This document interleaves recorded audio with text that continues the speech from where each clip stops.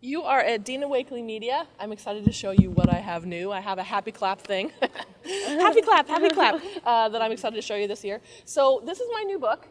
This came out in November so that it could hit the Christmas time market. Northlight Publishing publishes my books. That's my second book. And Ranger will carry that book. So if you're a store and you think, oh, where do I get it? I get that question all the time. Ranger will carry that so you can get it from Ranger. So I'm super excited about that. I have new stamps and stencils, of course, because that's scrapbook and craft crack. You have a little bit and you feel good for a while and then you need more, right? So we'll never stop with those. So we have new stamps and stencils. I did another little scribbly bird set because the birds are so popular. This is based on my fun foam stamp technique, which I teach in class all the time. And there's some that I just would make over and over and over, and they don't last that long. And so I wanted them in rubber.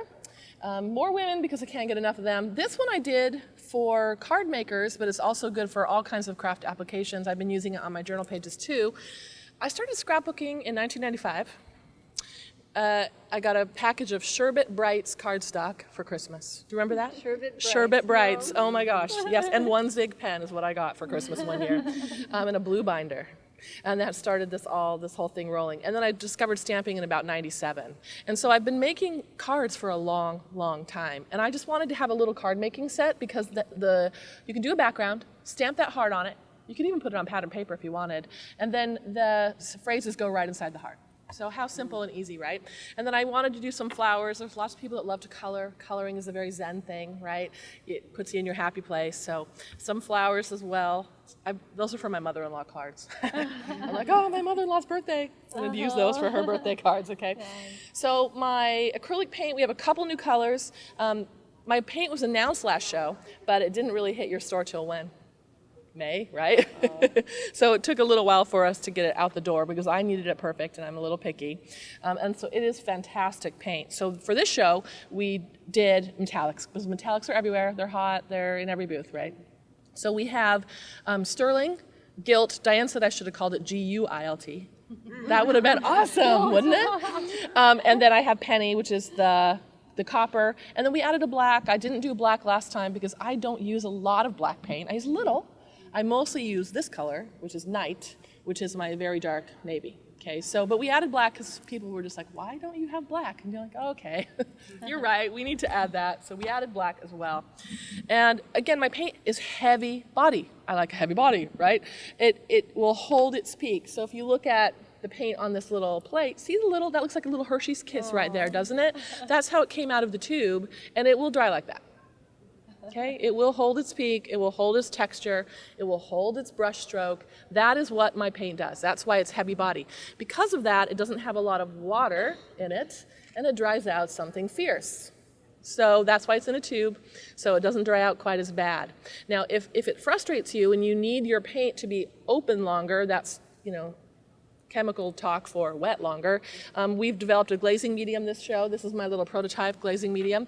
And so the glazing medium, you mix it with the paint. It will make it more transparent, and it will make it stay open longer. So if you're a jelly printer, if you are doing anything where you just don't want it to dry in 3 minutes, you can add a little bit of glazing medium. Now, why not add a little water? It'll break apart the acrylic. It will sometimes break the paint. So have you ever added so much paint or water to paint that it looks like watery? It looks like your paint water instead of loose, pretty watercolor. Like it dilutes the pigment, right? Whereas this will help that not to happen. It really won't break the paint. I find I can add a small amount of water to my paint, not a problem at all. But if you really want it thin, if you want to do a real thin glaze, then it just looks like watery. Something icky, right? So this will help that if you really do need it to be thin, okay? Little water, A-okay. A lot, turn to the glazing medium. That makes sense? So the happy clap thing, darlings, is the fine line tip, okay? So when you're a mixed media person like we are, we're in the cult, right? We don't just paint on our work. What do we put on it? The answer is yes. So the whole store throws up on what we do. We have tissue with gel medium. We have crayon. I'm obsessed with crayons. I'm back in kindergarten, and I love crayons. You might put oil pastel, or you know what I mean? Something new, and you found something at the hardware store, and you're putting it on there, right? And then what do you use to write on all that stuff? Nothing. Nothing writes on oil. The Fude ball is fantastic, and this pen will write on dried acrylic paint. It writes on paint like it's just awesome. Ooh, hello, that's wet. You know, I can write hello, right? So this writes wonderfully on dried paint. But if you've got anything that's not, you know, anything in addition to paint on there that's lumpy, bumpy, doesn't write on glue very good, then you're stuck sometimes. So what this does, this fine line tip, is it turns any tube of my paint into a pen. Okay, so you get 2 in a blister.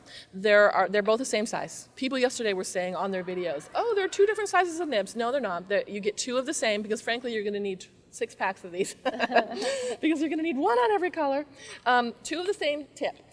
Because my paint has a heavy body, what we did was we made that tip pretty wide, okay? Because we don't want you to have carpal tunnel syndrome trying to squeeze the paint.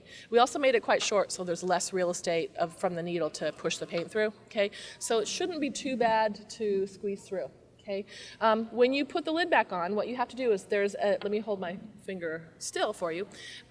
You have to thread the needle that's in the lid into the needle that's on the bottle, and then it really won't clog. We live in Arizona. Noelle and I live in Arizona. Everything dries out there. Your baby wipes dry out. You have to add water to your wipes all the time. And this just makes it so it won't dry out on you. Won't clog for you. You could put one of these tips on gel medium. And then if you were a die cutter and you have all those little dies, wafer dies, and you're cutting the really thin, intricate things, or Tim's, you know that little lattice die of Tim's that I'm in love with. I love that thing. You can put a little drops of glue on it with the fine line tip. Yeah? Okay, so then you shake your paint down into the needle, make sure it's down in, and then you squeeze and it becomes a pen. And you can make it bumpy. See how it has a little Hershey's Kiss peak? Yeah. And if you don't want it to be peaky, if you tap the bottom, the lady in the last group told us this, it turns into a dome. Okay, it loses its little tip. That makes sense? And then you've got like a little, kind of like the little acrylic dots, enamel dots, yes, those are fun. And so this just makes it easy to draw, doodle. You're like, oh, I wish I had flowers on top of that tissue paper that I gel mediumed on there. Now you can. Isn't that awesome? Yeah. So they're super fun. We were talking about what you do when the tube of paint runs out. Don't throw it away. Cut the top of the tube off. There's enough paint on there for at least 5 more backgrounds. There's tons of paint. You cut it apart. I had one here cut. I don't know where it went. And then you stick your brush in there. I just use it right then. I cut it out. I'm like, oh, got a lot of turquoise. I make 5 turquoise backgrounds. I bin the paint. Take this off, move it to a new tube. Okay? Because this will be fine. Just get the excess paint. You should do that with your moisturizer as well. Don't tell Bobby Brown that. She might not want you to know. No. You can use every little bit of that out there. I really want to demystify paint. I feel like sometimes people come to acrylic and they think, oh, I have to paint the Mona Lisa, and paint is for artists, and I'm not an artist, I'm a poser. So I don't know what I'm doing. I'm just playing and having fun. And paint is versatile. It is one of the most versatile things that you can use and buy, because the answer for what you can do with it is yes. Can you make a background? Yes. Can you paint it on your photograph and onto your picture? Yes. Can you spill it on your carpet? Oh, yes. Simple things. I also have been loving using it right on my stamps. So here's one of my new stamps from this set. I called it woodcuts because I think they look a little bit like a woodcut. And then go ahead and apply that acrylic. You can apply it with a brush. I feel like it's easier with the blending tool, but go ahead and glob it on there. Make it thick and delicious. You can get more incarnations. And somewhere on this table I've got a green one of those. This is I Spy. Oh, found it.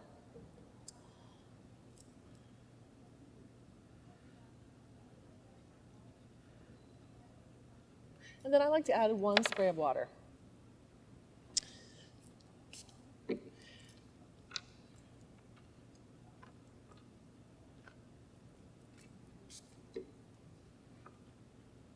And the more water that you add, the more it will look like you have watercolored the piece, right? Yeah. There you go. There's a card for my mother-in-law. Perfect. Done. Right? Make sure you always wash the paint off out of your stamp. I don't wash much, but one thing that I do wash is my stamps if they have acrylic paint in them, because it'll get into those grooves and then dry, and then you've got to get it out with a pin. Right? It's just such a hassle. So go ahead and wash it out as well. I had a couple questions yesterday about what you use gel medium and gesso for. And I think that can be confusing for newbies as well. And just remember that gesso is underwear. Okay, gesso goes on first, and gesso makes it so your paint doesn't soak in too much. It keeps your paint the right color. It makes your paint move better on your piece. So I've gessoed this tag. How much gesso is on that tag?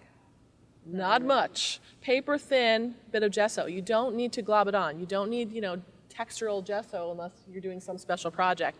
Put it on with a palette knife, make it really thin, and that way when you're coming along and you're putting paint, it just spreads so easily. And yes, I do use my fingers all the time. And then the little baby wipe techniques that I really like to do, they only work if you've gessoed. So if you haven't gessoed, you can't do the removal, you can't do any of that. That makes sense? And it just makes a simple thing. White space is your friend. Don't cover the whole thing, my friends. And I think, if you show people that as well, it's like, oh, I can do that. I can't paint the Mona Lisa, but I can put it down a stencil and I can rub it with a baby wipe, right? And it makes it easy. And then I can take the fine line and I can add cute little circles. And then you've got a great background started that makes it super easy and not intimidating at all for somebody who's kind of afraid of paint as well. But gesso is that primer. Now gel is glue. Let me say something about my gel. So Ranger has this great glue called multimedium. Multimedium will glue on something metal. It is thick and awesome. It's good stuff, right? You've used it, right? My gel is not that glue because they already have that glue. Why do the same glue? So my gel is for thin paper. So what I did, I said I wanted my gel super soft because I do a lot of deli paper gluing, tissue, stamping on tissue, because when you stamp on tissue and then gel it, the tissue disappears. So you can, it's just a lovely technique. Have you ever put something thin on your project and then it's bubbly? You can't get it flat? You're using the wrong glue. The glue is the issue. So this glue is for perfect stick flat gluing of thin paper. That makes sense?